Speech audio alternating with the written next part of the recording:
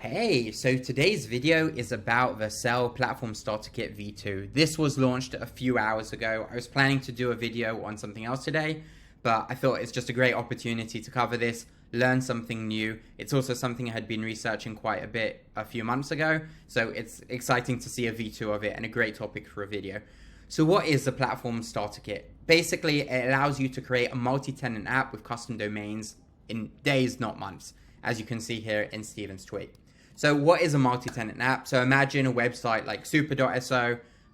It allows you to convert Notion into your own website. So if you go to super.so, if you want to have if you don't want it to be super.so/Ellie's website, but you want it to be like ellie.super.so, so that's what allowing custom domains allows. And even more than that, it doesn't have to be a subdomain, it could be a completely different website. So my personal blog right now is actually on Super, but you don't go to super.so or ellie.super.so, you go to ellie.tech, and there you'll be able to sort of read more about me and my custom domain. And Super actually uses Vercel and Next.js behind the scenes to do all this.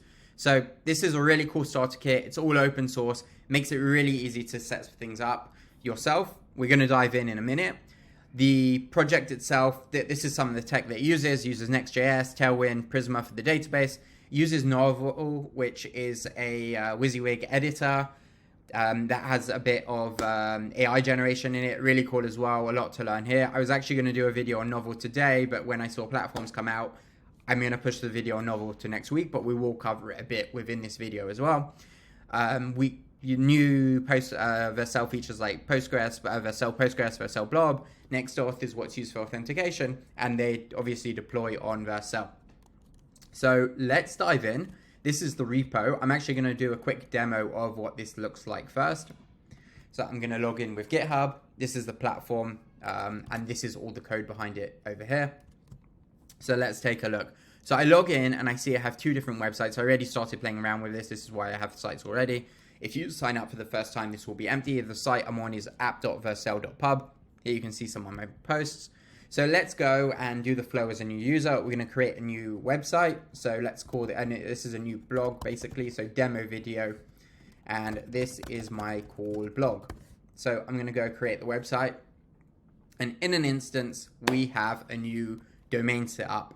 Now, if you notice here, app.vercel.pub is the domain of this website, but what we just created is a subdomain of this site. So this basically, for all intents and purposes, it ends in vercel.pub, but it's a completely different domain. And you can even change this to sort of like le.tech or whatever you want. This could be your homepage, basically. So jumping back, let's go and create a new post just to see the platform a bit more. This is the editor I spoke about. This is Novel editor. It uses AI. Let's write a post about, terrible typing, multi-tenant apps. And then let's do continue writing with AI. Let's see this in progress. And you can see there automatically, that was awesome. Here you can see sort of other things you can do with this editor. This is all open source and there's not that much code if you want to set this up yourself. Anyway, let's go and publish this post, but that was really cool. And the post has been published. Let's go to our posts. Here we go. We can click on the post link and we get there. And here you can see the blog post is up. It's our own custom domain, demovideo.vercel.pub. And you can sort of see it's just working immediately. We could have done image upload and obviously and a whole bunch more. So that's a demo of the website itself that we're going to take a look at. You can see there's some like analytics here as well. So if you want ideas to add analytics to your own website, you can do that. Can we do anything else here? Here you can see a few posts. So here you can see analytics on a specific website. This is all dummy data, but if you're looking for sort of components for your own site, you can go and do this. Here are some settings. This is also quite cool. If you notice, by the way, this is the cow.com font. If you're a cow user, they have a really cool font that they created themselves. And we're starting to see a lot of open source projects use it. It's a very nice font. Here you can see we've got this custom domain that we set up when we created the project. And here you can have your own completely custom domain. Here you can add your own thumbnail, image, logo. You can do image upload and so on. And here you can see we can change the font and our site. So let's change to Laura just to see what that looks like. This uses Next Font Local to make it all work. And let's see if this works. I'm going to jump there in a second. Here you can see the 404 page. Okay, so let's see if the font actually went and changed. Just need to jump to a post. And apparently, oh, that was just a draft, so it's not live yet. Anyway, here you can see, if you noticed before, it was a cow.com sans font, and now it's this Laura font that we've changed it to. Anyway, cool. That was 5 minutes on the project itself. Now let's actually dive into the code and how the magic happens. So the project, it's a new Next.js app router. Everything you just saw is basically in these files. So you can sort of see the Prisma setup. If you want to see what the database looks like, the schema and so on, you can look in here. We're not going to cover too much of that in this video. The main part we're going to cover is sort of what's happening in this app router folder and how the multi-tenancy happens, and most of the magic happens in middleware.ts file with 50 lines of code in it. So as you can see here, app, if you're familiar with the old Vercel pages structure, so now we've moved to app, you can still use pages, works completely fine. Most projects are still going to be on pages, but if you're setting up a new project, the new format is sort of app, and you can intertwine pages and app together. So everything in the app folder. And you can see we have an API folder here. So everything at my domain /API/auth is going to be here. And well, this is next door. So the /domain/slug/verify is going to lie here, and so on. And the main app is basically in this folder over here, the app folder, and the homepage is in this folder over here. The homepage is just a logo, and I can't even remember how you get that, honestly. But the main site is actually within app, because there's a redirect. I actually don't think you can get to this, but ignore that part. The main app is here within app, and the other domains are listed in domain. And you can see the domain itself, the blog, is basically, it's just a domain that has a main page to it, like a homepage, and then a slug for every blog post. Let's try and make a bit more sense of that, because I'm not sure how clear any of that was. Basically, when someone comes to app.vercel.pub right now, or you know what, I think if you go to anywhere in vercel.pub, let's just sort of open that up. And this redirects us to the Vercel Platform Starter Kit. We just went to, I don't even remember, we went to vercel.pub and it sent us there. So if we take a look in this middleware, we'll basically see every request that comes in first goes through this middleware page, and we need to say where it gets redirected to. Now, if you remember, we just went to this page, and how did that happen? Basically, the logic was we get the URL here, we get the host name. So it could be like vercel.pub. If we happen to go to localhost 3000 when we're running it locally, or we go to vercel.pub, so what's going to happen? It's going to redirect us to this page. And that's exactly what just happened now. We went to vercel.pub and we got directed to the Platform Starter Kit page where you can read more about it. So that's what's happening in this section. If we jump back a bit, if we get to app.vercel.pub, which is basically this block, so there's a bunch of logic that decides if we need to log in or not. And then we're basically going to be taken to the dashboard. Now, so yeah, how that works, basically everything within the app folder is going to send us here. If we do auth login, basically if we go to the login page, we end up here, /login. And if anything else we've gone to, we're basically going to end up in a page, something under the dashboard section. These, by the way, if you're not familiar, this is also new in app router. This is the auth group and this is a dashboard group. That means basically you can have different layouts for different groups of pages. So the auth page looks like, let's log out here. This is, if we go to app.vercel.pub, we're basically going to login right now. So this is one layout of the page where basically nothing is happening. Now, once I log in, I'm going to get into a whole nother view, which is a dashboard view. And everything under here, if I go to /site/settings, they will use the same layout, but a different layout to the not logged in layout. So just jumping back, basically everything in the auth folder, this like sort of auth in brackets, it doesn't actually do anything. It's still the page you're going to go to is still the login page, which is basically /login. And because there's a page here, this is the page which is going to be shown for login. Here you can see this is basically what happens on login. There's a login button, and everything else is going to be in the dashboard folder. If I go to sort of when I'm logged in, if I sort of just go to / like app.vercel.pub, this is basically sort of the index page. So I'm going to be sent to the page over here. If I go to /sites page, I'm going to be sent to the page over here. and so on. So that's a bit about App Router. Hopefully didn't go into that too much, but it's confusing for people that are migrating from the pages directory. So what the big part now is, okay, we've gone through API, we've gone through app, we've gone through home, which isn't really used. And the last part is actually domain. So how do we actually do the custom domain? And if we jump back one last time to the middleware page, maybe I should just keep these open in different tabs. But if we go to the middleware page, you can see that if it's not app, then basically we check, is it a domain? No. And the last thing is basically the multi-tenancy, which is over here. And we rewrite everything to /domain, which is basically this folder, and then /path. And that basically brings us to here. So any custom domain is taking us to like basically a website, which is here, which is quite simple. This website is basically two types of pages. One is the home page, gets all the data. So this is the blog homepage. So one last time, you can see here my custom domain.vercel.pub. This is what the homepage looks like of my blog. So that's what we saw over here, this page. And then anything that goes within here on this page is being directed to the /slug page, which goes to this ID, this slug, and basically loads this up from the Prisma database and returns it to the user. This video is going to go way over 10 minutes. Hopefully I can not go on for too long. So what else is interesting here? So that's everything around multi-tenancy. The last part of the multi-tenancy. So within the app itself, we're going to want to find where we can actually go and set our custom domain. So let's go in the site. A good way to sort of find out how you can do that. Here you can see my settings. If we go to a demo video where we just started, how do we change this? Okay, we have another settings page within here. So you can see we're at site slug settings. And here we'll be able to find different things. And if I click on domains, that's actually settings/domains. So here we can see we can set the subdomain and so on. And we can set a custom domain. What happens if we try and set this?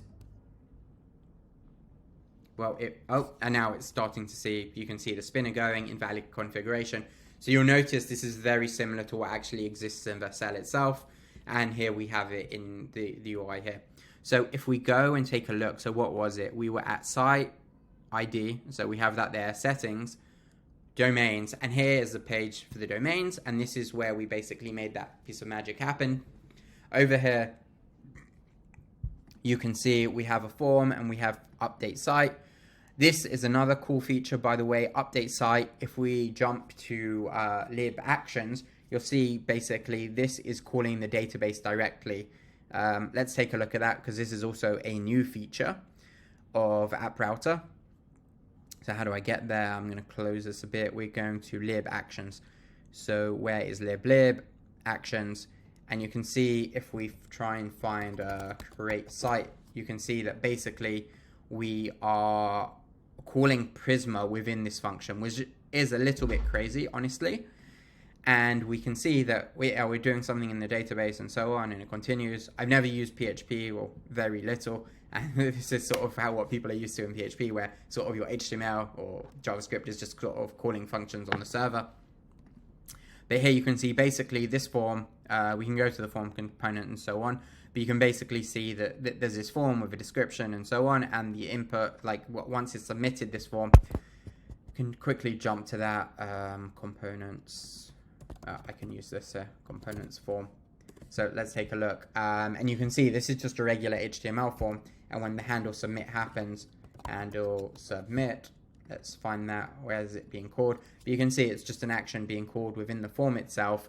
And what we're doing is handle submit. And somewhere in here, I think we're calling the submit. Oh, sorry. This is a submit we're calling within the form. And then we go show a toast afterwards if it's been successful or not. So anyway, we're covering a ton of new concepts in this video. I'm going to skip on like some of the other stuff I wanted to cover because there's just sort of way too much happening. It's a really like sort of deep project with a ton of new concepts from App Router. And I don't want to sort of go too crazy here. But yeah, where were we? So basically we're in domains. You can see here as well, this page is being loaded because it doesn't have use client on the top of the page. It's basically a server-ended page. We can call Prisma directly from it, which is, you know, a bit mad compared to what we used to. But basically, you're not calling fetch or anything or some API or SWR. You are calling Prisma here. That loads the Prisma site, the data. This is the subdomain that we have. And if you want to update the subdomain, then also we're calling this action, which is a server action, to go and update the database sort of from my front end. Cool, so that's everything around that. The last thing I want to cover is the stuff we spoke about with Novel. So if we go one last time to the project. Oh, and here, by the way, yeah, I guess we changed the fonts and everything. We're not going to cover that here in the code. The last thing we're going to do is write a new blog post and see how this works. Novel is cool. Hello. Well, let's just do one more thing. Hello, and generate II. Well, here you can see heading. Oh, that didn't quite work, did it? So let's see heading 1 and type some text. Here we have the cool cow sans font again. Continue writing. Hi, how can I assist you today? Yeah, so that was some gibberish. So OpenAI didn't exactly know how to respond. And how does this sort of editor work? You can copy and paste it. It's over here basically in the app as well. If we go to components editor, we'll go and find everything around that. This basically uses something called TinyTap. Not TinyTap, it's called TipTap. And you can read more on the TipTap website. I think I have it loaded over here. So yeah, in the TipTap website, you can see the editor. By the way, it allows for call collab stuff as well. For example, you can see Madonna typing over here. If you had this open in another window, you'd be able to see my updates. Here you can sort of make the text bold and so on. So really cool editor. And that's what we're using in the repo. So let's sort of just close everything we have over here. We're going to go to components editor. And I don't want to cover too much, but if we do, let's say, continue writing. So yeah, I had the search already. Well, where is it? It's a bit slow. What do we want to check? We want to check if we do continue writing. Yeah, that's the text I'm looking for. So here you can see the continue writing command that I can basically send in. Here are sort of the different commands that are sent. You can see use AI to expand your thoughts. And what does that actually go and do? If we get the continue writing item selected, then we are going to do complete, and the complete action is basically it uses use completion. Now I covered this in a previous video with the Vercel AI package. If we go to the top, you can see it's from AI React, a package by Vercel.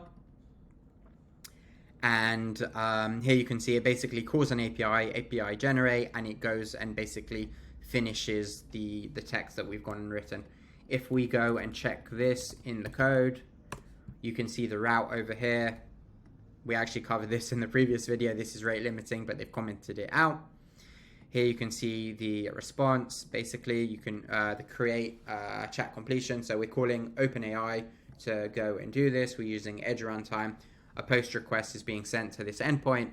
Here you can see the content that is sent here, some different settings. We open a stream and we return it to the user. And this, I mean, this is what, like 30 lines of code? This is everything to get ChatGPT to go and sort of add the text basically into our document. That's the end of the video, 20 minutes long. I hope you enjoyed it. I hope it wasn't too complex. There's a ton of stuff happening in this repo. If it was too complex, I highly recommend sort of diving in. You can learn so many things from these open source projects. By the way, if you just want to sort of launch this yourself, there's like sort of, if you look in the README, there's just sort of a button you can click and basically launch this, deploy with Vercel, deploy it in one click. If you want to take ideas from it, copy components, whatever you want to do, go ahead and do that. It's a great way to learn about lots of different projects and packages that exist. Before today, I didn't really know much about TipTap. Having researched it a bit, like I got a much better understanding. Packages like AI, Vercel, Postgres, there's so many cool things you can learn here. React Tweet and how that works and so on. Tippy.js for the tooltip. I also like to use that one. But yeah, that's the end of the video. Coming up to 20 minutes, double as long as I hoped. Follow me, subscribe if you like these videos, if you want to see more in the future. we'll learn open source repos together. And yeah, have a good day.